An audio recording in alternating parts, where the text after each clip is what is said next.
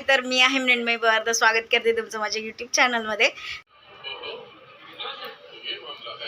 Mix कर.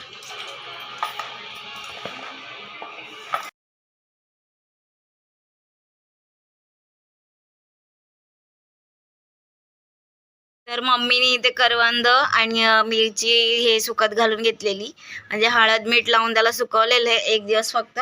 आता आपण त्याचं लोणचं करतोय, तर चला बघूया कसं करायचं. तर इथे आम्ही अजून मिरची कापून घेतली आता, कारण की थोडंसं सुकल्यानंतर आम्हाला कमी वाटलं म्हणून मिरची टाकली आम्ही. आता ती कापून घेतली आहे. इथे तेल तापवलंय, इथे मसाला बनवलाय तो मी सांगते थोड्या वेळाने.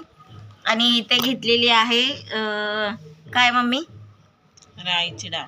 हा, राईची डाळ घेतलेली आहे इथे. सगळ्यात आधी आपण इथे राईची डाळ टाकतोय. अरे टाक. मम्मीने आता इथे राईची डाळ टाकली आहे आणि मग हे मसाला बनवलाय मम्मीने. कसला मसाला बनवलाय का? धने जिरे आणि धने जिरे हिंग ह्याची अशी पावडर बनवून घेत. आता इथे मसाला टाकून घेते मम्मी, जो आपण पावडर बनवून घेतली.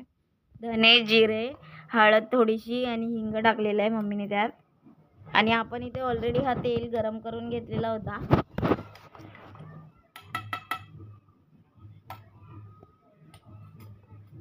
मग आता मम्मी इथे आता मिक्स करेल हे सगळं. तर आता मम्मी इथे थोडं मिरचीला आंबटपणा यायला म्हणून लिंबू टाकते. करवंद आंबट असतात, कच्ची करवंद आहे ती आंबट असतात, बट मिरचीला पण थोडा आंबटपणा यायला लिंबू टाकते. आता अर्धा लिंबू घेतला इथे.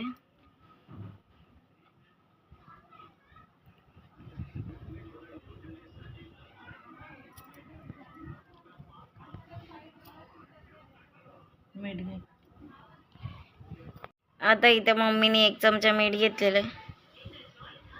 चवीनुसारच टाकते ती, जास्त नाही, कारण की आपण करवंद आणि मिरचीमध्ये सुकवताना मीठ टाकलं होतं. मग आता ते सर्व आपण आता मिक्स करून घेतोय.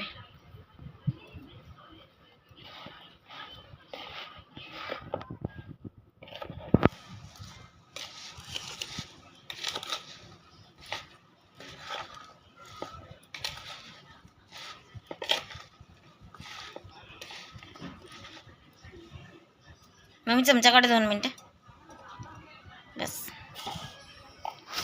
तर आता आपण ह्याच्यात तेल टाकतोय.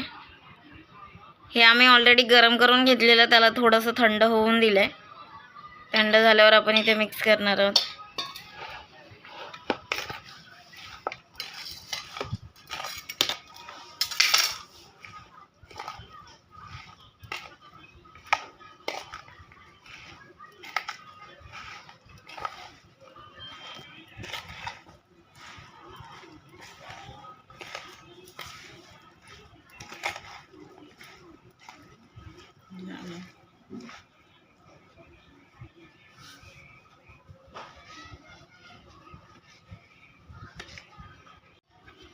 तर आता इथे आम्ही काचेची बरणी घेतली छोटी.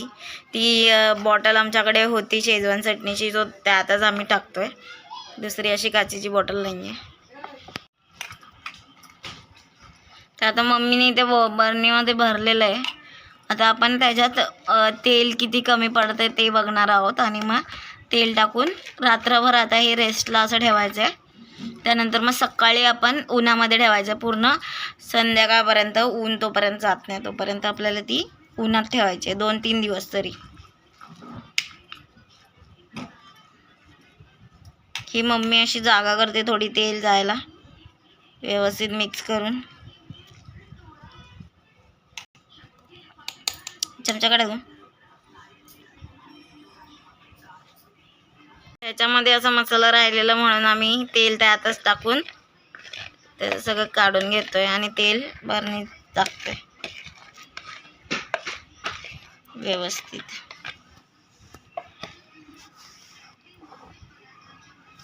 हे बघा, पूर्ण तेलाने अशी भरली पाहिजे बरणी व्यवस्थित.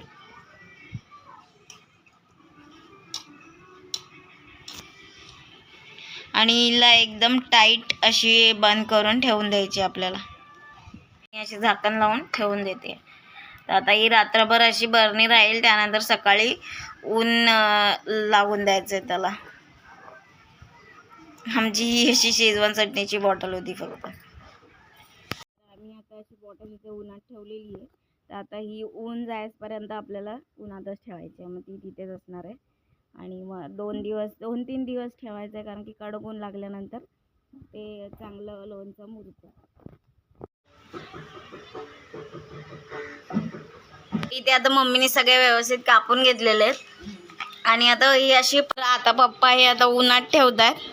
आपण हे रात्री प्रिपेअर केलं होतं, आता उन्हात ठेवतोय वरती पत्र्यावर.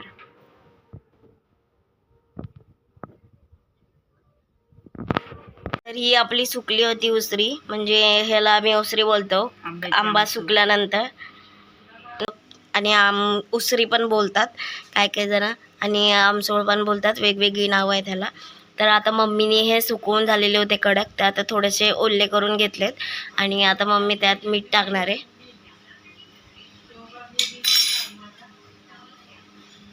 आम्ही खडे मीठ नाही टाकले, आम्ही हा नॉर्मल मीठ टाकतोय. पण ह्याला आहे ना युजली आपण खडा मीठच यूज करतो.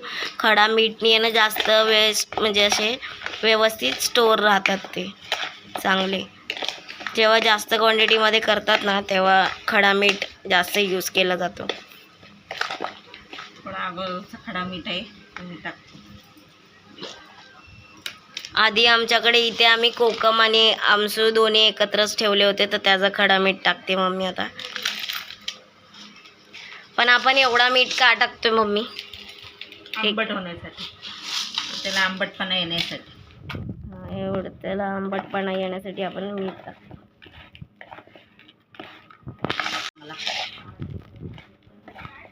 आणि चांगली राहते, खराब होत नाही त्यासाठी झालं. मग आता आपण एका बरणीत काढून ठेवणार आहोत.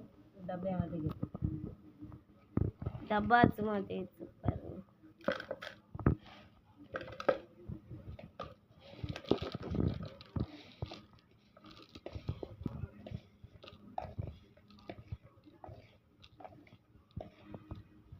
तर हे आपली उसरी रेडी आहे. आता हिला आपण स्टोअर करून ठेवणार आहे. स्टोअर करून ठेवायलाच आपण इथे मीठ वगैरे वापरतो त्याला. मग आधीचे आमच्याकडे इथे कोकम आम्ही ठेवलेले होते, ते पण मम्मी आता ह्याच्यातच टाकते. हा व्लॉग मी इथेच संपवते. व्हिडिओ आवडले असेल तर लाईक, शेअर, सबस्क्राईब. थँक्यू.